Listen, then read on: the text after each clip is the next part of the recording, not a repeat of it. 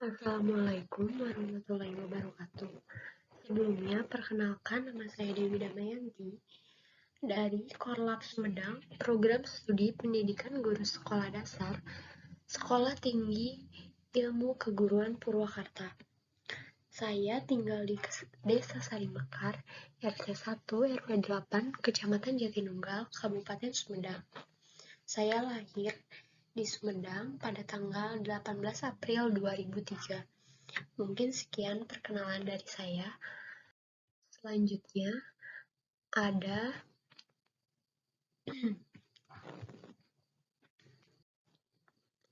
penjelasan sedikit tentang pembuatan video ini. Tujuan saya membuat video ini untuk memenuhi salah satu tugas mata kuliah konsep dasar ilmu pengetahuan alam dari Bapak dosen pengampu Iman Ma'arifsyah, MPD. Saya akan sedikit menjelaskan tentang makhluk hidup. Apa itu makhluk hidup?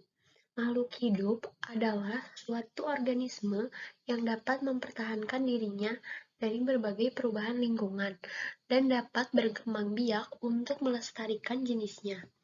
Dalam dunia biologi, yang termasuk ke dalam golongan makhluk hidup adalah yang pertama mikroorganisme seperti bakteri, tumbuhan, hewan, dan manusia.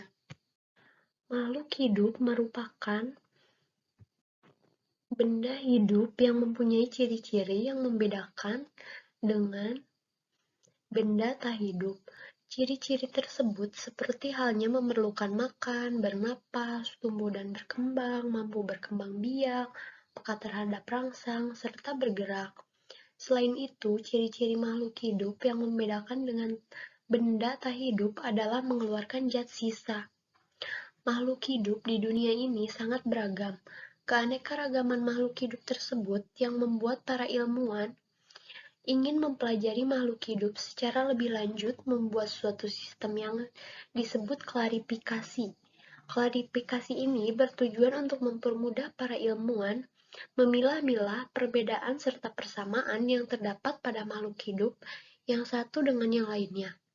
Perbedaan dan persamaan tersebut meliputi perbedaan dan persamaan baik secara morfologi, anatomi, fisiologi, tingkah laku, dan sebagainya. Makhluk hidup tingkat kompleksitas dan organisasi yang tak ditemukan pada benda-benda tak bernyawa. Pada tingkat yang paling mendasar, makhluk hidup terdiri dari suatu atau lebih sel.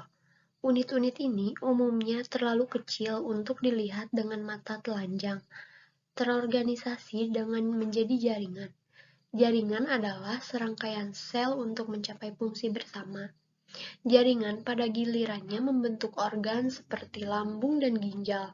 Sejumlah organ bekerja sama menyusun sistem organisasi. Organisme adalah serangkaian kompleks dari berbagai sistem organ. Makhluk hidup menunjukkan perputaran cepat dari bahan kimia yang disebut sebagai metabolisme.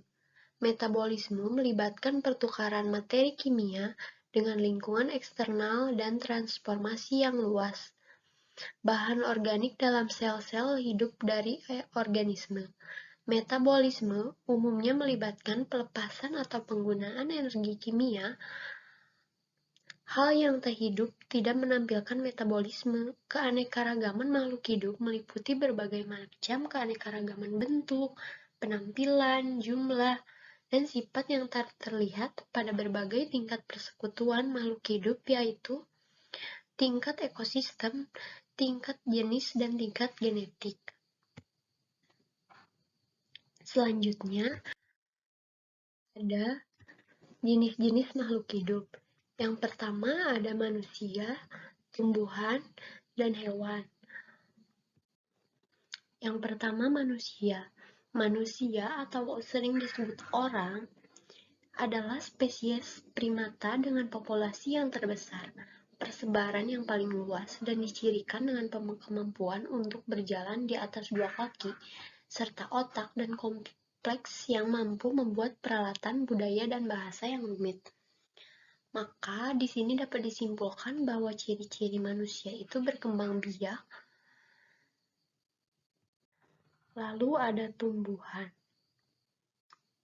Tumbuhan merupakan salah satu makhluk hidup yang terdapat di alam semesta, yaitu tumbuhan adalah makhluk hidup yang memiliki daun, batang, akar, sehingga mampu menghasilkan makanan sendiri dengan menggunakan klorofil untuk menjalankan proses fotosintesis. Lalu selanjutnya ada hewan. Hewan juga sering disebut binatang atau satwa yang seluruh atau sebagian siklus hidupnya berada di darat, air, dan atau udara, baik yang dipelihara maupun yang di habitatnya. Hewan juga makhluk yang beradaptasi dengan lingkungan. Seperti sama kayak manusia, hewan adalah kelompok organisme yang diklasifikasikan dalam kerajaan Animalia atau sering disebut metazoa. Selanjutnya, ada ciri-ciri makhluk hidup. Yang pertama ada bernapas, nutrisi, bergerak, bereaksi terhadap rangsang, maksudnya itu peka terhadap rangsang, berkembang biak, memerlukan suhu lingkungan, mengeluarkan zat sisa, beradaptasi, dan yang terakhir, tumbuh dan berkembang. Selanjutnya, kita jelaskan apa yang dimaksud bernapas.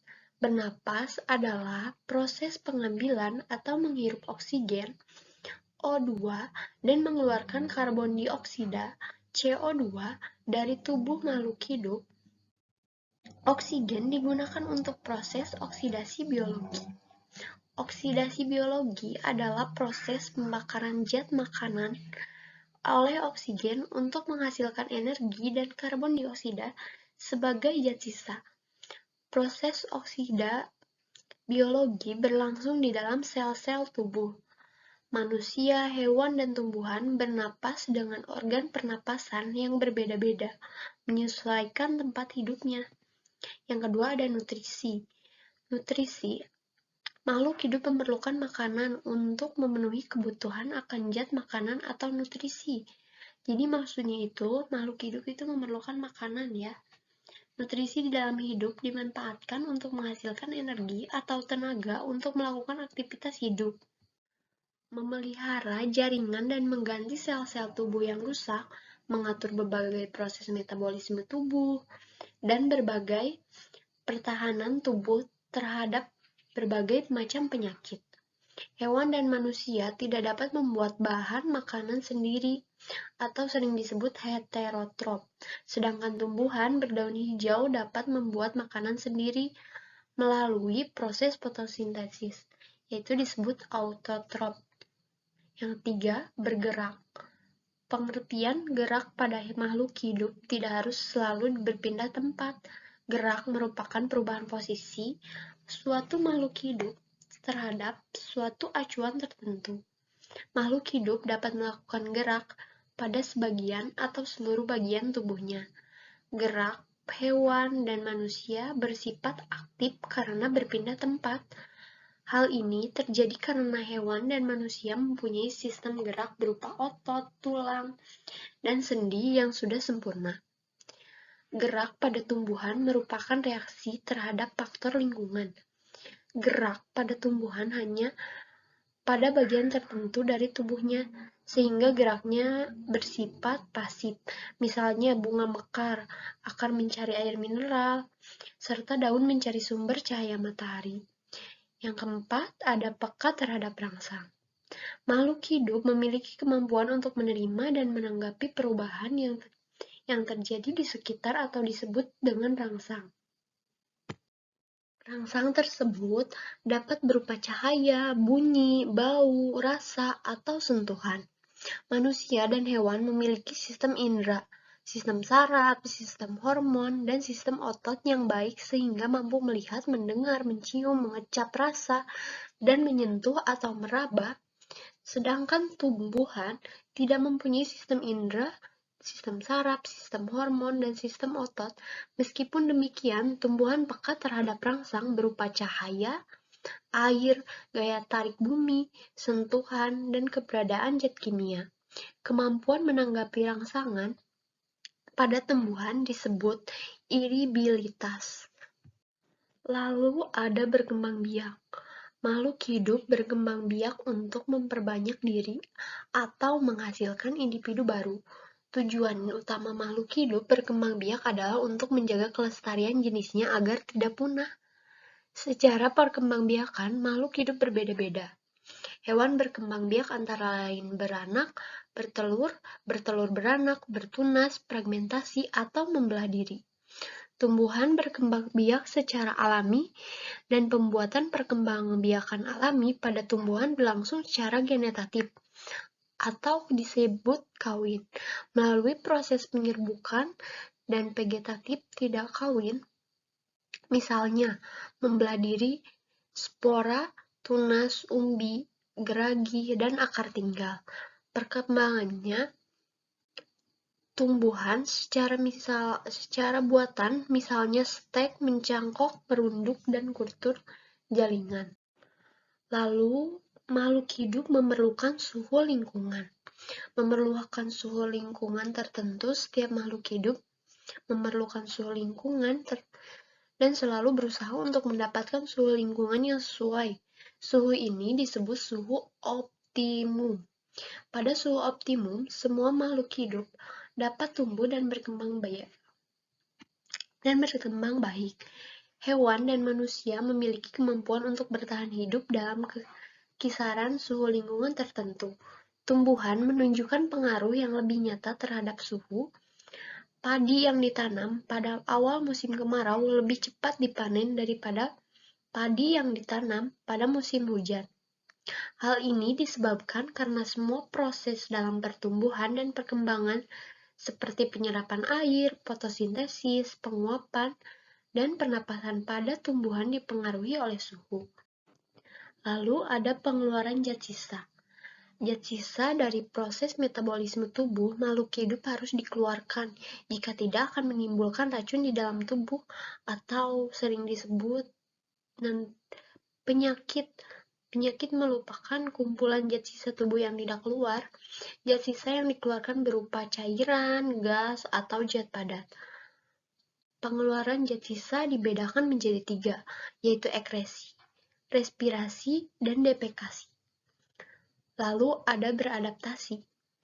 Adaptasi adalah kemampuan makhluk hidup untuk menyesuaikan diri dengan lingkungannya. Makhluk hidup harus dapat beradaptasi agar bisa bertahan hidup. Apabila makhluk hidup tersebut tidak bisa menyesuaikan diri dengan lingkungannya, dia akan mati atau harus berpindah ke lingkungan yang baru, atau sering disebut migrasi. Adaptasi makhluk hidup dibedakan menjadi 3, yaitu adaptasi morfologi, adaptasi tingkah laku, dan yang terakhir adaptasi fisiologi. Dan yang terakhir ada tumbuh dan berkembang. Semua makhluk hidup akan mengalami pertumbuhan dan perkembangan. Pada awalnya hewan, manusia dan tumbuhan berukuran kecil, kemudian secara bertahap tumbuh menjadi besar. Bertambahnya ukuran tubuh yang meliputi tinggi, berat badan, dan volume, inilah yang disebut dengan pertumbuhan.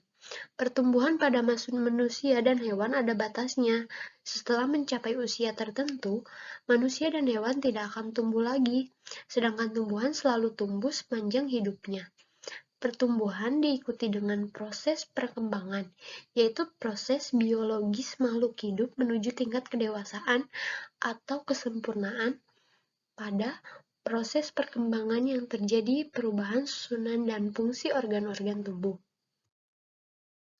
Mungkin sekian materi yang dapat saya sampaikan. Mohon maaf apabila ada kekurangan. Terima kasih atas perhatiannya. Wabillahi taufiq wal hidayah. Wassalamualaikum warahmatullahi wabarakatuh.